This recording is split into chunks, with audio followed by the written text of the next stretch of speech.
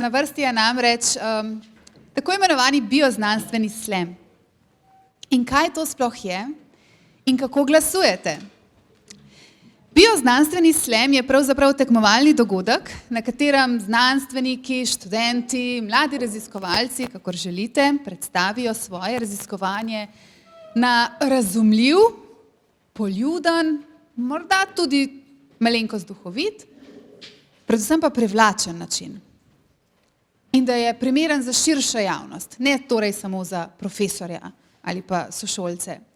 In znanstvene sleme po državi zdaj že leta, mislim, da že 10., 11. leto, a ne, organizira Zavod Znanost na cesti. Saša Novak je danes z nami, tudi ustanoviteljica. In ne samo to, letošnja zmagovalka znanstvenega slema je pravzaprav bila tudi gostja naše okrogle mize.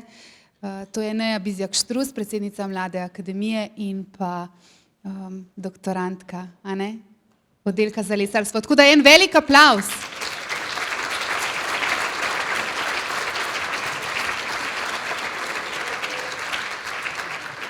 Torej, tisti, ki se prijavi na znanstveni slam, mi imamo bioznanstveni slam, Znanost na cesti nam je dovolil, da nekako priredimo, a ne, današnji prireditvi po njihovem dovoljenju in po njihovih navodilih. Kaj to pravzaprav pomeni? Torej, v nekaj minutah morajo občinstvu pojasniti bistvo svoje raziskave in to brez zapletenih izrazov, morda zgodbo, s primeri in z osebnim navdihom. In kaj je pravzaprav cilj? Cilj je, da nas prepričajo. In tudi to bo vaša naloga, da jih pozorno poslušate in da na koncu po tem slamu, ki traja od 3 do 5 minut, da dejansko glasujete. Na projekciji se bo prikazala QR koda, poskanirate jo s svojim telefonom, kot bi želeli na primer narediti fotografijo in takrat v bistvu z enim enostavnim klikom glasujete za svojo tekmovalko bioznanstvenega slema. In če kar gremo, prva je na vrsti Ana Pšeničnik. Ana je asistentka na oddelku za biologijo in Ana ima od 3 do 5 minut časa za to, da vas prepriča. Izvoli, Ana. En velik aplavz.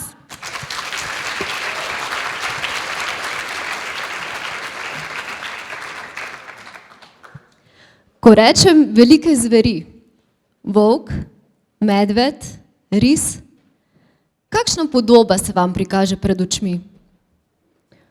Oster pogled volka, mogočna postava velikega medveda, skrivnosten ris. In kakšni občutki se ob tem porajajo, ko imate pred sabo to podobo?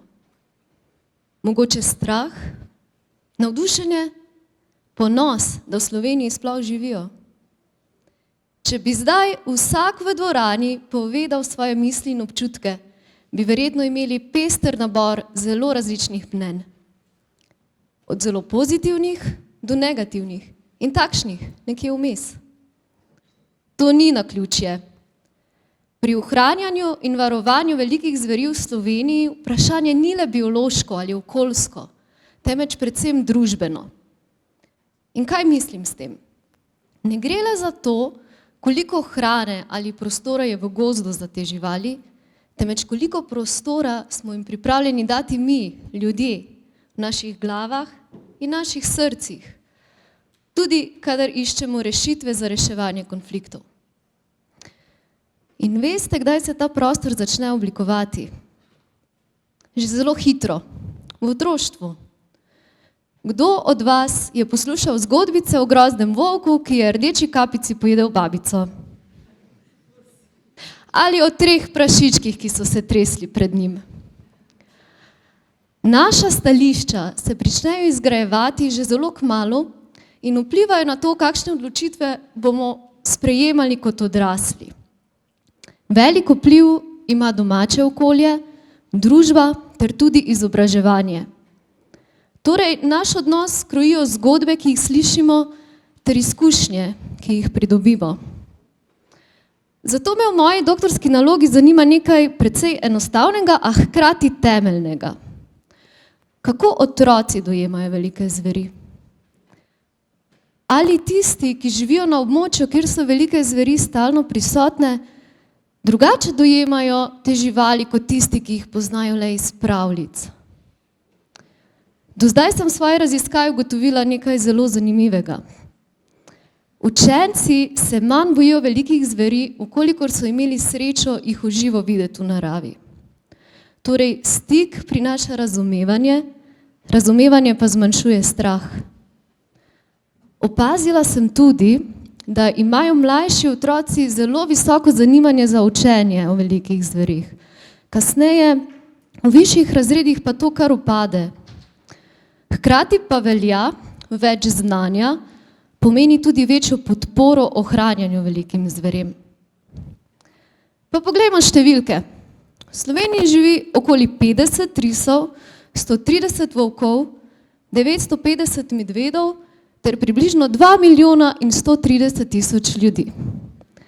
Če želimo, da bo naša zgodba sobivanja uspešna, moramo razumeti razmišljanje ljudi in se zavedati, da so odločitve v naših rokah. Nekaj odgovorov že imam, nekaj pa še čaka na analizo. A enega vem že zdaj. Sobivanje ni le stvar številk ali kvot, temveč tudi razumevanja in odnosa. Velike zveri ne potrebujejo le gozdov, potrebujejo tudi naše razumevanje, sočutje in znanje. Zato je ključno, da z izobraževanjem začnemo zgodaj, da otrokom povemo drugačne zgodbe. Zgodbe o sobivanju, ravnotežju, o spoštovanju narave, katere del smo tudi mi. Če bomo uspeli razviti tak odnos, bomo mogoče lahko rekli, da ne le živimo z velikimi zvermi, temveč živimo v ravnovesju z njimi. Hvala.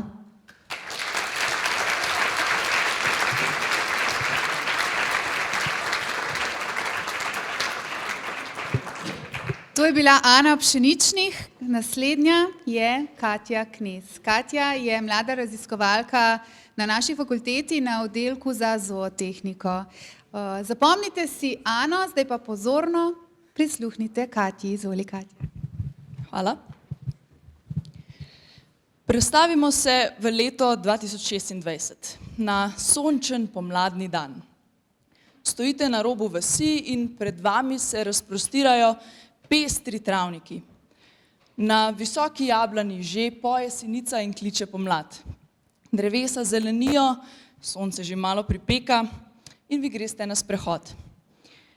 Pridete do Mlake, kjer žabe prirejajo svojo svadbo. Greste še malo naprej in kar naenkrat nekaj zašelesti v grmovju. Pogledate in kača, rjava kača s kontrastnim vzorcem na hrbtu. Vaša prva misel? Gad! Kaj pa pol? Zamrznete? Palica v roke? Tek v drugo stran? Kaj pa če vam povem, da vas kača ne bo kar tako napadla?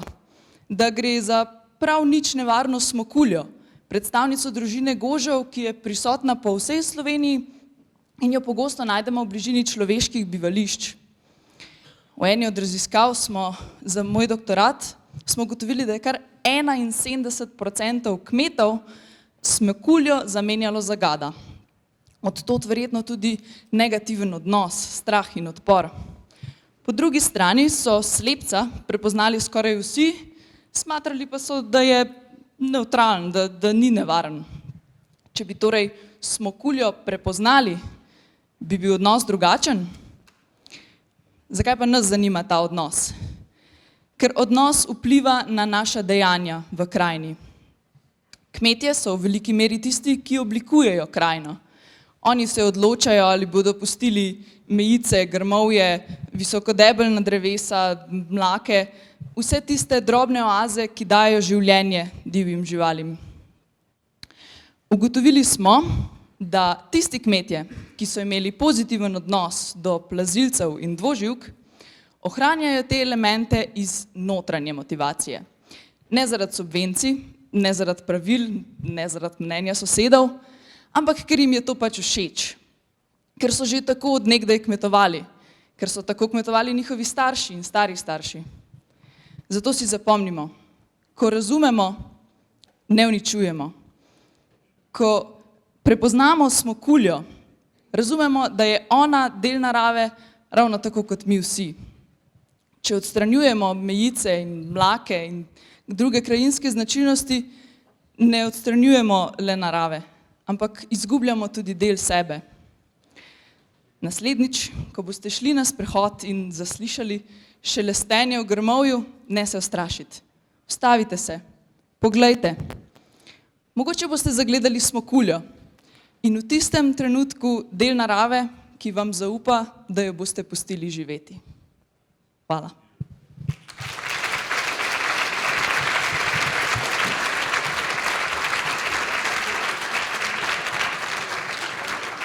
To je bila Katja Knez. Katja, hvala. Sedaj pa prihaja še zadnja tekmovalka bioznanstvenega slema, to je Zala Uhan. Je asistentka na oddelku za gozdarstvo in obnovljive gozdne vire. Zala, izvoli. Hvala, lepo pozdravljeni vsi skupaj. Jaz bi sam najprej povedala, da me je Katja malo v stres spravila, ker se na smrt bojim kač, ampak se bom z njo malo kasneje posvetovala. Drugač pa namen je, da tole danes začnem z neko v bistvu anekdoto. In sicer vas bom najprej tako malo vprašala. Si predstavljate, da bi bil vsak 4. Slovenec lastnik vinograda, pobrali pa bi le polovico grozdja? A bi temu rekli, da dobro gospodarimo s temi vinogradi?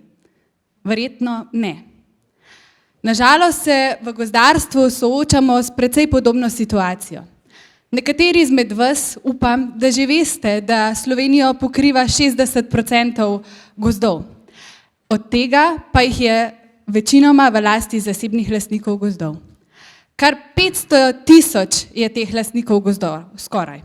To pomeni, da je skoraj vsak 4. Slovenec lastnik gozda. Pa bi vas prosila, če mogoče lahko dvignete roke tisti, ki imate v družini v lasti gozd. Pa malo poglejte okrog sebe, pa boste vsi videli, da je to čista resnica. Ampak žal, s temi našimi gozdovi ne gospodarimo učinkovito. Izvedemo manj kot 50% načrtovane sečne in pa manj kot tretjino gozdnogojitvenih del. Do tega pride v bistvu zaradi tega, ker lastniki gozdov, verjamem, da tudi kakšni med vami, ne znate gospodariti z gozdovi. Ta tradicija se je izgubila. Nimate gozdarske mehanizacije ali pa vam enostavno primanjkuje časa. In kje je tukaj rešitev? Rešitev je lahko v povezovanju lastnikov gozdov. Zato, ker skupaj smo močnejši. Danes se v Sloveniji lastniki gozdov lahko povezujejo v različne oblike, recimo društva lastnikov gozdov, zadruge, skupine proizvajalcev za skupno trženje in na ta način pridobijo znanje, si lahko izposojajo gozdarsko mehanizacijo ali pa morda dosegajo bolj konkurenčne cene na trgu. A tudi tukaj se spet zatakne. Mnogi poskusi so bili v preteklosti, da bi te lastnike povezali, pa žal neuspešni. A kljub temu so rezultati zadnjih študij, to je tudi del mojega doktorata, precej spodbudni. Kažejo na to, da je več kot polovica lastnikov gozdov na to poslovno povezovanje z drugimi lastniki pripravljenih, en del pa jih je še neodločenih. Torej, potencial imamo. In zdaj je na nas in na vas. Lastniki gozdov, mi kot družba in država, moramo podpreti razne iniciative in lastnike medsebojno povezati, ker skupaj so lastniki močnejši. Le tako bomo lahko izkoristili les, ki ga lahko dajamemo tudi kot našo naravno bogastvo, les kot našo nafto. Les nam namreč daje službe, delovna mesta, omogoča nam prehod k podnebni nevtralnosti in vse drugo. In zdaj, s to mislijo, lahko se bomo kmalu preselili v avlo, kjer bomo kot skupnost, kot družba lahko uživali v vinu in pa martinovih jedih. Zapomnite si, kot družba, kot skupnost smo močnejši, tako v gozdarstvu, kot tudi vinarstvu in pa tudi v znanosti. Hvala.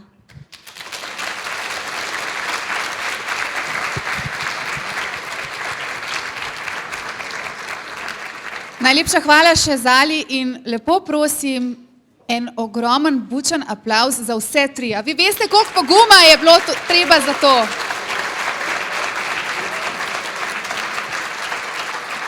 Kot lahko vidite, vas že čaka QR koda. Lepo vas prosim, da sodelujete, da jo skenirate in da glasujete za tisto slemerko, ki vas je najbolj prepričala. 3, 2, 1. Zala Uhan! Neverjetno, kako natesno. Zala Uhan, lepo prosim, da sprejmeš čestitko. Zdaj na tem mestu prosim tudi dekanjo Biotehniške fakultete in prodekana, profesorja dr. Andreja Bončino. Naša šefica projektne pisarne vama bo povedala, kam se postavite, zato da lahko čestitata zmagovalki bioznanstvenega slema. To ni kar tako se izpostaviti pred skoraj 300 glavo publiko. Tako da še enkrat en velik aplavz in Zala, prosim, če prejmeš nagrado.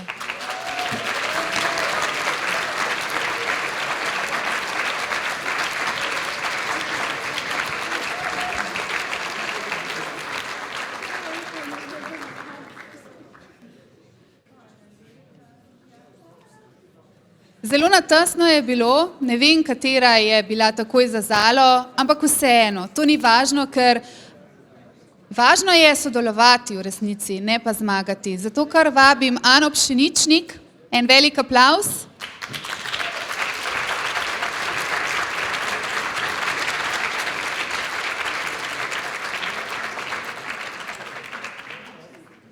In Katjo Knez.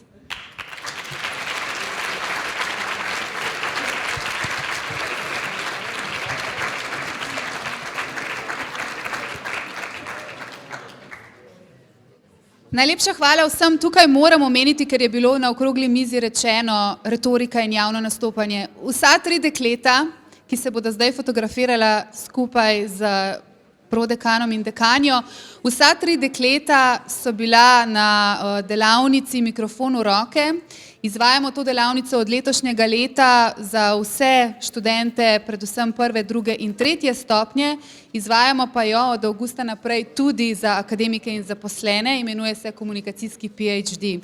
Tako da tudi naša fakulteta se trudi komunicirati znanost na poljuden način. Hvala.